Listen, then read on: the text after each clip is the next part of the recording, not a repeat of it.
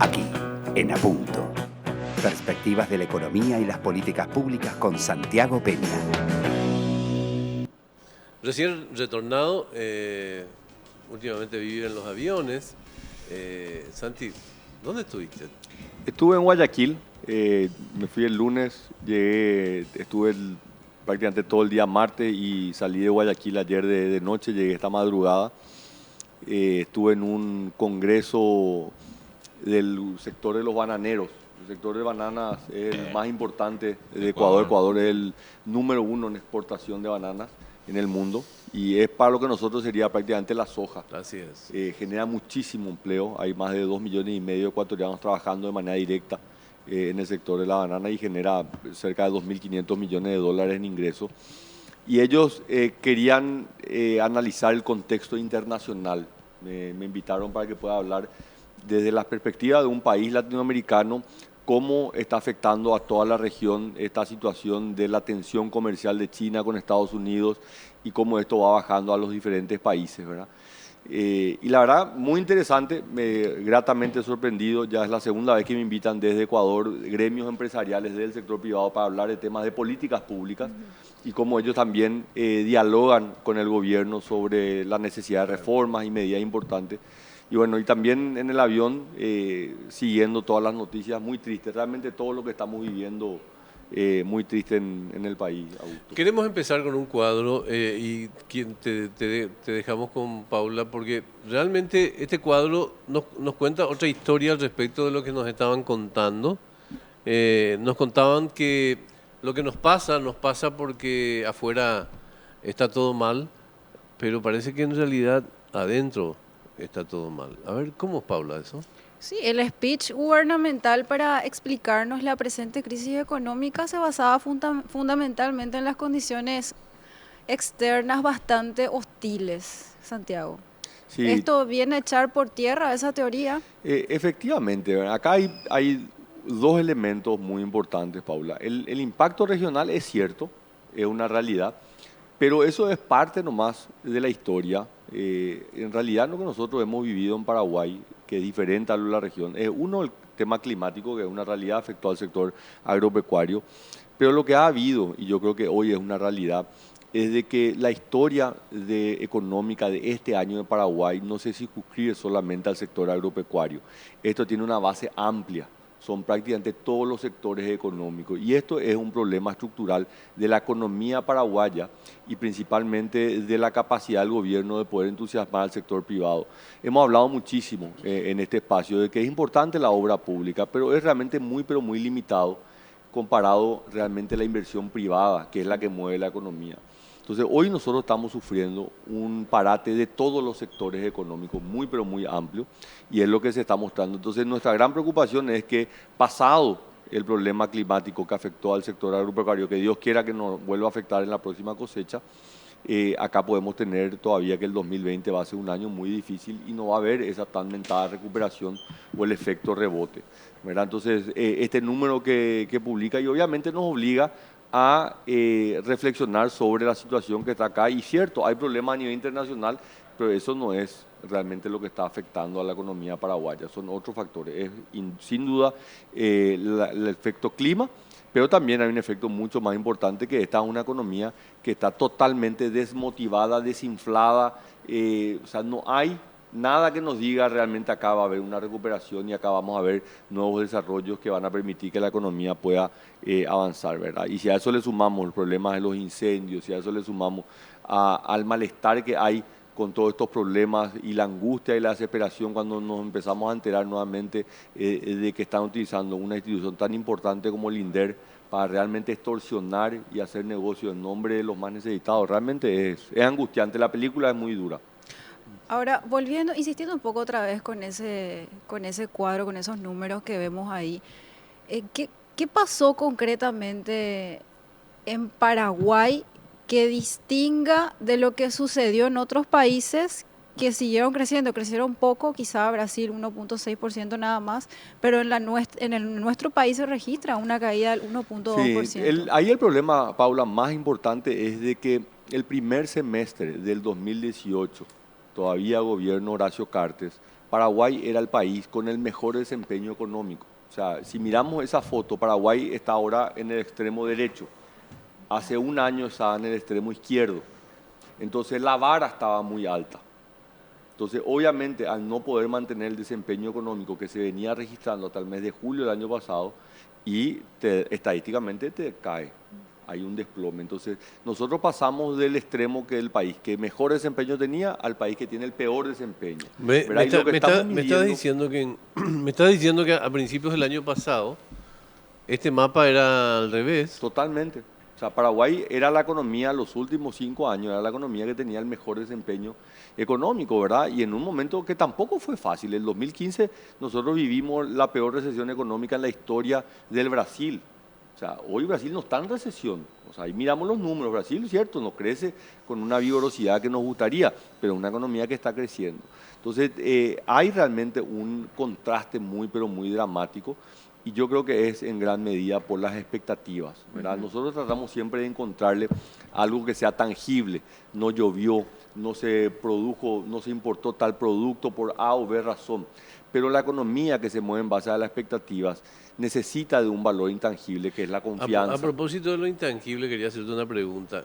Desde tu experiencia, tanto en entidades bancarias como en el gobierno, ¿cómo le golpea a un gobierno la situación de corrupción en sus entes?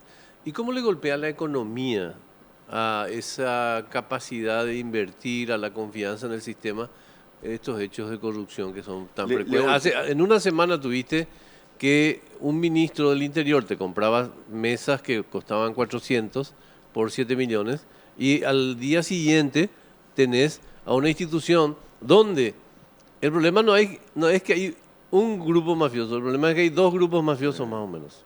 No, la verdad que no sé, capaz que hay más de dos. Y también, probable. también. O sea, en También. realidad... Pero no dos que se sabemos pelean cuántas. en la misma institución. En la misma institución, en ese caso, ¿verdad? Pero golpea y golpea muchísimo, Augusto. Y te voy a explicar por qué. Tener relaciones comerciales con el Estado ya es de por sí complicado. O sea, aquel que trabaja únicamente con el sector público, por lo general no quiere luego trabajar con el sector, o sea, con el sector privado no quiere trabajar con el sector público. Pero hay algunos que dicen, bueno, es un comprador tan importante, no puedo, y corren muchas veces el riesgo. Y estamos hablando siempre de aquel empresario formal que paga los impuestos, que en realidad tiene un margen y no puede de su margen tener que pagar por debajo de la mesa para facilitar que le den alguna facilidad. Y ni qué decir si vos sos una multinacional que representas alguna marca, vos no podés prestarte a un problema reputacional principalmente. Entonces ya de por sí cuesta de que se acerquen muchos oferentes al sector público. Y cuando tenés este manto, ¿verdad?, de dudas, que hoy ya no podemos más decir que son dudas, son realidades, ¿verdad?, de que prácticas que habíamos dejado de lado, ¿verdad?, con mucho esfuerzo y ganando muchas antipatías, ¿verdad?, porque esto también muchas veces uno genera antipatía del sector privado, pero se consiguió revertir, se trajo mucha transparencia y hoy estas prácticas están volviendo, ¿verdad? Lo que creíamos que había quedado en el pasado, años atrás, hoy se está escuchando nuevamente. Entonces, ¿qué es lo que está haciendo? De un Estado que le cuesta luego invitar a oferentes privados a que puedan operar con él, y hoy viejo el que se acerca viene con un palo, con un loro en el hombro y con Bueno, pero viene el tipo de Lamborghini. Exactamente, o sea, esos son los que vienen. Entonces, es un problema, porque ¿esto qué hace? La capacidad del Estado de poder entregar servicios públicos se hace cada vez más difícil, porque en estos casos, cuando vos tenés que darle plata a algún funcionario del gobierno para poder conseguir una licitación, ¿y dónde sale la plata? No es que regalás. O baja la calidad del producto, o sube el precio del producto, o finalmente ni entregás el producto, como fue muchas veces en obras públicas que se hicieron los lanzamientos, se pagó el pago inicial y después no se pudieron concretar. ¿Por qué? Y porque el constructor que iba a hacer la obra iba a perder plata.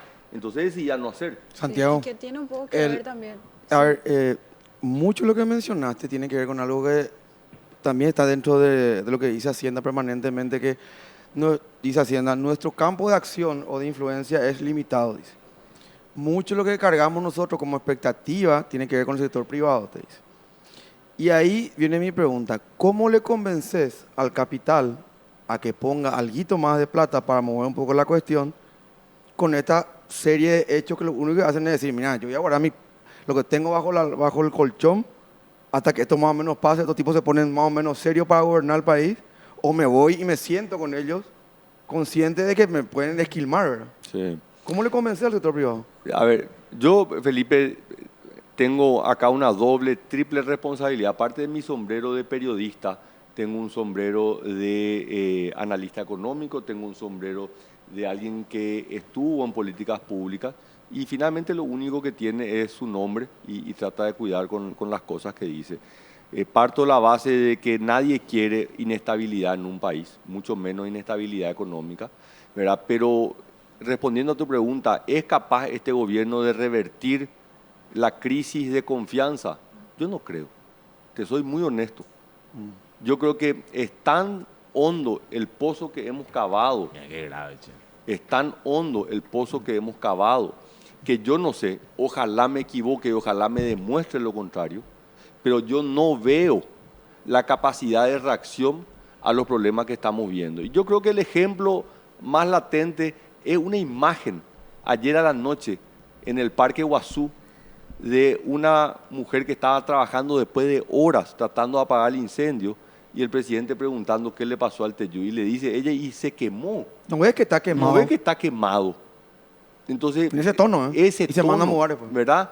Entonces, hay un problema acá. Nosotros fuimos diciendo, no, esta ni es una economía que anda bien. Y yo decía, tenés que ser demasiado hábil para descomponer esto que se ha construido a lo largo de tantos años. Y realmente yo creo que hay algunos actores que están mostrando mucha habilidad. Ahí se publicaba en estos días un cuadro, tiré yo recién al grupo, Sí. sobre el PIB trimestral. Y marcaban uno de varios ítems, marcaban el tema de la manufactura, o sea, la industria, digamos, ¿verdad? En el mismo periodo de tiempo, en el 2018, tenía un crecimiento positivo de 5,6. Datos del BCP. En el mismo periodo, 2019, estamos hablando de menos 5,6. O sea, en el 9,7, sí que estamos, ahí está. Sí. Estamos en el recontra horno, ¿verdad? Sí, por eso mencionaba esto. Sí, en todos los La sectores, en base es realidad. muy alta. En un año la vara con la que estamos midiendo el primer semestre de este año es una vara muy alta, es un estándar muy alto. ¿Cómo te fuiste tanto al carajo? Entonces, Perdón. la caída ha sido muy abrupta. Esto no quiere decir de que la caída del año va a ser tan abrupta, porque desde el segundo semestre del año pasado ya se empezó a registrar la caída. Entonces, a partir de ahora, la estadística oficial va a medir el segundo semestre del 2019 con el segundo semestre del 2018, Vamos que a- ya era más bajo. Vamos a medir algo menos. Exactamente, Menos la peor. vara ya había bajado, ¿verdad? Por eso que yo digo, tenemos que mirar más allá del cálculo matemático y tenemos que ver realmente la sensación, porque muchas veces la sensación es la realidad Sí. de lo que está pasando, ¿verdad? En- Cuando vos sentís que no hay circulante, en realidad vos no hace falta que mires qué dice la estadística y sabés que no hay circulante. Cuando vos ves comercios que se están cerrando, cuando vos ves la gente que está desesperada, que no le está yendo bien en el trabajo, y no hace falta que esperes 3 meses para ver las estadísticas oficiales. Entonces, No, yo de creo hecho, que ese es un el poco INMAE el nos vino sentir. diciendo desde el inicio del año que nos estábamos acercando a la confirmación de la recesión. Sí. Y volviendo al cuadro al que refería Felipe, que está ahí en pantalla, vemos, por ejemplo, que construcción fue el que más cayó. Cayó, Sí. que no sé por qué, o sea, no termino de entender por qué separan construcción de industria, porque es una industria finalmente. Cayó 12% en Sí. este último trimestre y entiendo que justamente en este trimestre se están iniciando unas inversiones importantes de parte del Ministerio de Obras Públicas en construcción vial. Pero en contrapartida, no es un sector que emplee a demasiada gente. Sí. En realidad, el sector que más emplea dentro de la construcción es el de construcción civil. Sí. O sea que también tiene que ver con una cuestión de puntería al momento de ubicar el dinero público para recuperarnos de esta crisis. Sí, así mismo. Más sobre el punto, ¿verdad? La obra, hay 3 elementos que quiero mencionar sobre el rubro de la construcción. Ciertamente, los números del Ministerio de Obras Públicas han aumentado. La pregunta es cuánto de esos montos realmente trasladan al bolsillo de la gente. Porque lo que ha hecho el Ministerio en las últimas semanas, en los últimos 3 meses, es aumentar el pago del anticipo. Claro. ¿verdad? Anteriormente ¿Qué? había obras que incluso no tenían ni anticipo, tenía que empezar con su capital operativo y en la medida que iban avanzando se le iba adelantando. Entonces, hace unos meses se decidió aumentar los anticipos, entonces hubieron desembolsos muy importantes, pero muchos de esos desembolsos todavía están en los balances de los bancos, o sea, depositados Claro, en es los papel, bancos. básicamente. O sea, no está todavía No en es la obra. calle, entonces no vamos a ver. Ese es un elemento. El segundo elemento, lo que vos mencionás, Paula, de que la obra pública, y principalmente la obra vial, no necesariamente es la que más emplea, pero tiene su impacto. O sea, Sí. nosotros no podemos conocer para un país como Paraguay que necesita infraestructura vial. El beneficio de la obra pública vial no está medido solamente en la construcción, sino en el impacto que tiene en transporte, en Totalmente. desarrollo de otras zonas. Pero el tercer elemento, y es para mí el más importante, y yo insisto en esto, realmente lo que nosotros tenemos que mover es la obra privada, la inversión privada. 10 veces más importante que la obra pública. Nosotros muchas veces nos concentramos en la obra pública, pero son, en el mejor de los casos, unos 600, 700 millones de dólares al año. Sí. El sector privado son más de 6.000 millones de dólares al año. O sea, quienes mueven esta economía es el sector privado y es el sector privado el que hoy está pensando y hago esa obra y hago esa inversión y contrato más gente. Sí. No, ¿sabes qué? Sí, Voy a en esperar este nomás. escenario hay que ser muy valiente para seguir Mucho, invirtiendo. muy Pero corajudo, ¿eh? mientras la economía se recupera, mientras el sector privado recupera el incentivo para hacer esas inversiones, ¿qué se puede hacer desde el gobierno?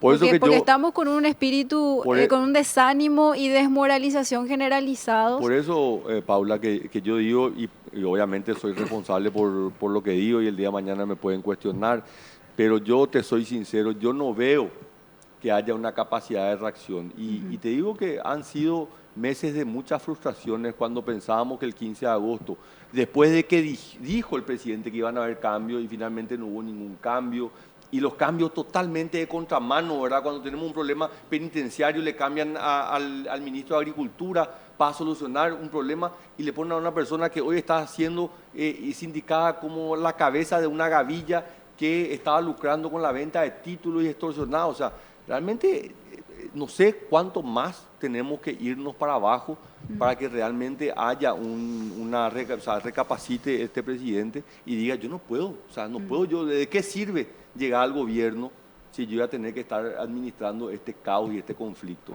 Hace poco se publicaba, y como en la recuperación económica se espera que el año siguiente, el año que viene, venga por el lado del campo, se publicaba que hasta la fecha, por causa de la sequía, se pudo sembrar apenas el 10% de lo que se sembró el año pasado a esta Sí. misma altura del año. Entonces, en ese escenario, ¿qué puede pasar el próximo año con nuestras recaudaciones tributarias? Y le puede, no, o sea, el impacto de una segunda mala cosecha va a ser devastador para la economía paraguaya. O sea, tenemos que decir las cosas. O sea, yo no quiero ser ni fatalista, porque quiero ser realista.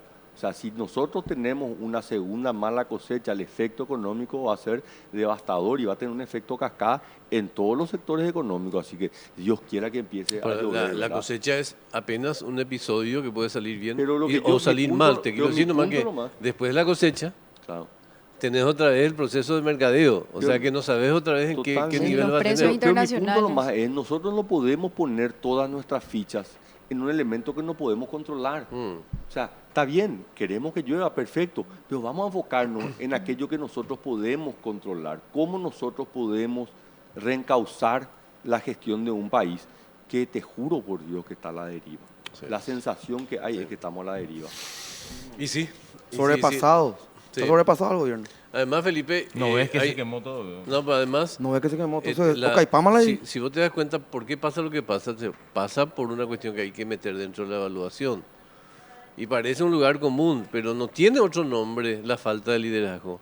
O sea, cuando queda vos grande ves, ese amigo, ese claro, saco. cuando vos ves lo que pasa en el INDER, cuando ves lo que pasa con Friedman, cuando ves lo que pasa en Villa Mayor, y cuando ves que no se animan a tocarles, eso no tiene otro nombre.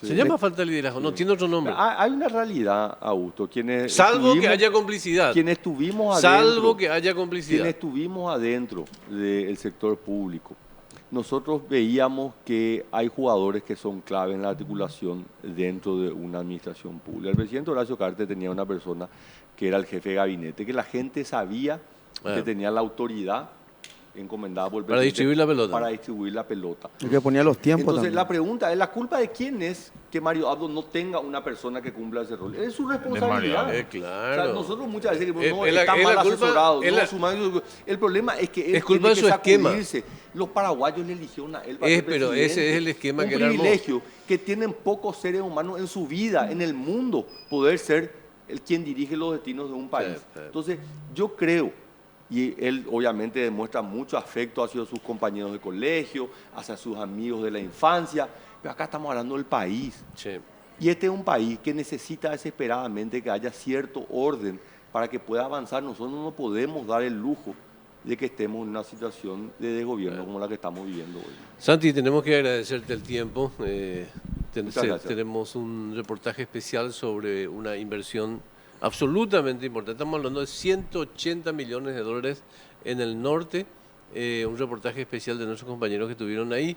Pero antes tenemos una pausa. Gracias, Santi, por venir. Muchas gracias. gracias. Muchas ¿Algún gracias. Y comentario? este reportaje responde a la pregunta de Paula, ¿y quién invierte en Claro. este ambiente? Sí. Invierte gente que tiene una confianza en el país más allá de estas De coyunturas, la coyuntura. ¿verdad? Porque nosotros tenemos que pensar en el Paraguay, no de los próximos 3 o 4 años, que van a ser difíciles, pero tenemos que pensar en el Paraguay de los próximos 50 años.